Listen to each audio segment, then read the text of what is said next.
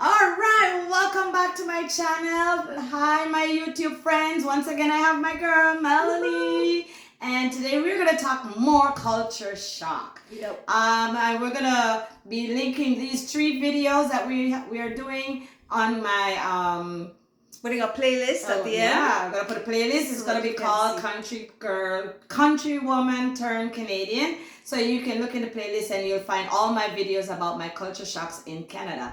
And as you can see today, we are repping our other culture. That's right. Yeah, I'm rocking my Raptors shirt here. yeah. Raptors is our Canadian basketball team, the best in the world. I don't know. I don't know. But we can't just make it look like we're only Jamaicans because we're Canadians too. And this is a really We've been big here, part. 9 years? 9 years. It's a big part of who we are, right? So, but today we're going to talk about some of our culture shock as it relates to how we communicate in Canada with our colleagues. So as you know, Jamaicans, we talk a particular way, and no matter what, no matter who, at some point it jump out at what we say. You can't miss it. Can't miss it, right? And so we find that when we came here and we tried to talk, I try to talk standard English. I don't bother with the Creole unless I'm talking to somebody who understands it. Melanie, I just refuse to I don't talk any different no matter who I'm with, right? So if I'm at home, I talk one way, and if I'm out on the street talking to people, I talk the same way, right? And I've had a lot of, what's that? Yeah. Can you repeat that? Yeah. And I've had a lot of line up in the line at Tim Hortons or wherever. You see what you just said, line up in the line. They don't say that here. They don't say that, line up in the line. They be looking like you like, what are you talking about?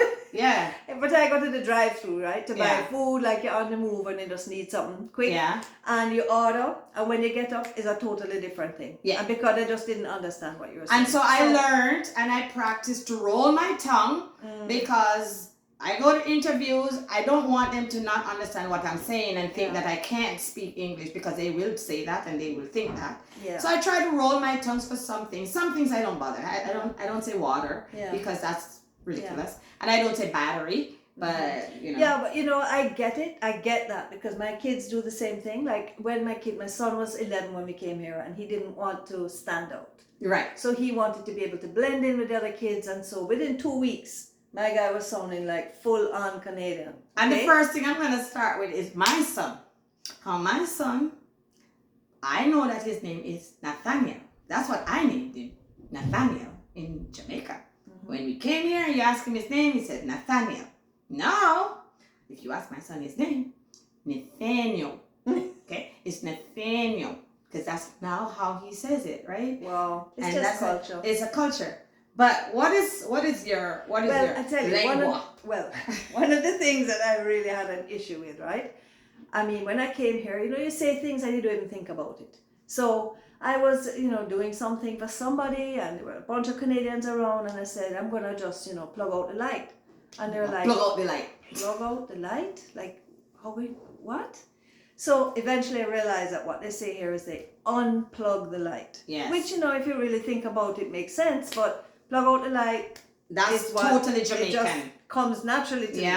So it is one of the gives that I've done, because I realized, they were just looking at me a little bit too strange every time I said that. And I would say it like... And you wonder why they don't understand it, because it's plug out the light. Right. Why do you have to say unplug? Yeah, I mean... But I've adjusted that one thing. Okay? You've adjusted that one.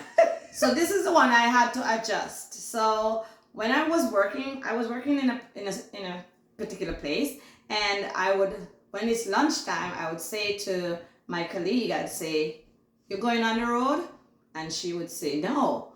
But then I would notice that they would get up and they're heading out to McDonald's or something, and I go, "I thought you said you weren't going on the road." And she goes, "I'm not." And then I realized that she's thinking going on the road for them means a road trip. So all they want me to say is, are you going outside for lunch? Are you going outside to purchase lunch? So I say, you're going on the road, because that's what we would say in Jamaica. You're going on the road to buy lunch. True. And they're like, no, they're not going on the road. Yeah. So it's simple, but they don't get it. Yeah. They don't understand. And that's the whole point. It's so simple because it's just what we say naturally, right? Yes. So like my mom, she lived with me for many years. Like I looked after her, I was her caregiver, right? She had a stroke when she was really young. and I looked after her. So she was at home with us until she just couldn't be because, you know, she was at risk. She was like breaking her, like she'd break her arm when I went to work. Right. So we put her in a long-term care facility. So I would be leaving work now and I'd be like, well, I'm going to go and look for my mother. And they're like, well, is she lost? I'm like, no, I'm going to go and look for my mother, you know, like, I'm going to go and visit my mom. Yeah, you guys, you have to say, I'm going to visit my mom. They're because if you like, say I'm going to look you're for going to look her, for her, like, where is she? What's Why are you going on here? Like, where is your mom? And it makes sense, you know? Yeah, it I makes know, sense. but you know, you don't think about that No. because I'm going to look for my mother is just natural. Yeah. Anyway. My boys, so I remember we had this conversation a while back, and my boys now, they came here when they were 4, so now they're 14, and like they're totally they're totally Canadian, right? So I learned a lot from them because I'm in the school system and I had to kind of adopt some of the words and some of the lingua. Yeah. So I would say to my son, "Where's school bag?" And he would say, "What's a school bag?" And I would say, "You know, your bag." And he's like, "What's a bag?" And I'm like, "Why can't he understand bag?" And I say, I try to look back, what is the word I need to use? And I would say backpack. And then I say, backpack, okay. Bring the backpack. And then I would say, so what is BAG? And my son would say, "Oh, Mom, it's the bag." I'm like, I can't do it. "It's the what?" "The bag." I can't do it. You heard that one? Yes, I heard it, but I cannot get it to come out. It just won't work. I don't say bag. I still don't say bag. I have to say bag. But whenever I say bag, when they say, they go, "Okay, I'm going to get my bug." And I'm like, I'm not saying bug. I'm saying bag. And they're saying, "No, it's a But then they're bag." easier. And there's a place in close to where we live called Barrie, right? And I would say Barry, right? We would say Barry. And what do they say? Berry. Barry. We're gonna Barry. Yeah. So It's and different. It's different. It's different. And I don't like to come across as arrogant that I refuse to change my thing, right? It's just that I can't, guys. Like I just a lot of people have a hard time. I can't. I change a lot. I change a lot my speech because I'm working with people. I'm teaching, and I need to not bring my Jamaican confusion to them. Yeah, you know. Right? Yeah. But as soon as I get out of the room or I get home, I'm right back where When I we need get to be. on the phone, Oh, we let it rip. yes. And sometimes my kids they try to understand us, but they don't. Yeah. Especially if we just go deep into the patois and we have just talk like regular, like with the woman and stuff. It's so good to be able to do it though. Like, Yeah, you for the feel like longest you time belong. here, I could only do it with my kids.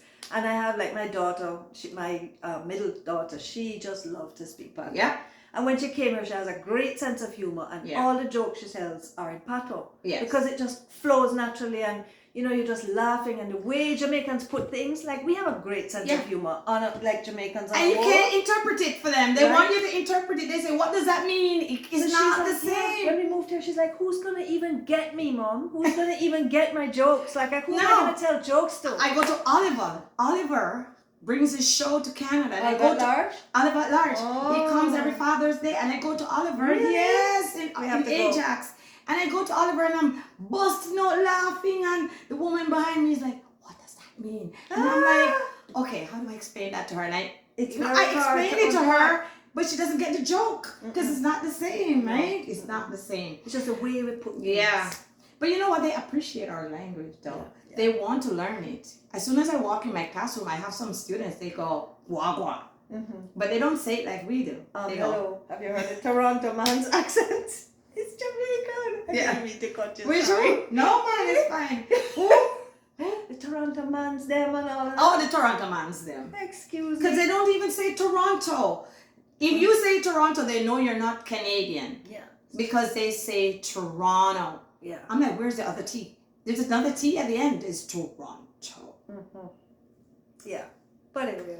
But It's you all know, good. it's all good. They love us. They love our language. Yep. We have to try to teach them. We have to break stuff down for them and stuff. But Yeah. we love them too. Absolutely. And so we try to, bridge the gap and make, even ground so everybody feels included. This is just our own personal struggle. This is our along personal the line, you know. Yeah, you want to see when we buck up and the wall we gather up and mercy. We forget. where we are because we just the Jamaican just comes out. Yeah. It's good. just who we are. It's good. It's good. Yes. Well, this was fun. This As was always, fun. it's fun. I enjoy Every it. time. Yes. Yeah. And Melanie just amazes me. Sometimes we're sitting here because Melanie says things that I just don't say. but things that I know, and like I say, I haven't heard that in that. What did you just say when we were talking about it? And she said something like I can't remember what line it upon was. the line or Yeah, something there like was that. something else before that, but I can't remember what She it just was. says things that I usually don't say, and I really appreciate her for that because she is authentic, and I love it. I love it. Yeah. So don't change. Oh Just gosh, continue. hope not. Just continue being you. Hope not. As usual, it was lovely having Melanie, and it was a lovely conversation. And I enjoyed talking about our culture and then the changes and the shocks. Good fun. More to come, but we'll see. Yep. And don't forget, subscribe. Country White Jamaican. Well, I think my channel is called Let's Talk with Karen, so you'll know that because you'll see it. Yeah. But Country White Jamaican, and then we're gonna have the what do you call it? The playlist. The playlist. Yeah, we're gonna the playlist is going to be at the end of this video, and you can click on that and you will see these videos that we've been doing together because it's been a lot of fun. You know who the expert is, right? Yes. I'm just learning, sitting at her feet, and I enjoy to learn myself. But I appreciate it. Thank you so much for joining us. Looking forward to hearing from you. Share your story with us. Yeah. And as usual, thank you for watching, and bye. Bye.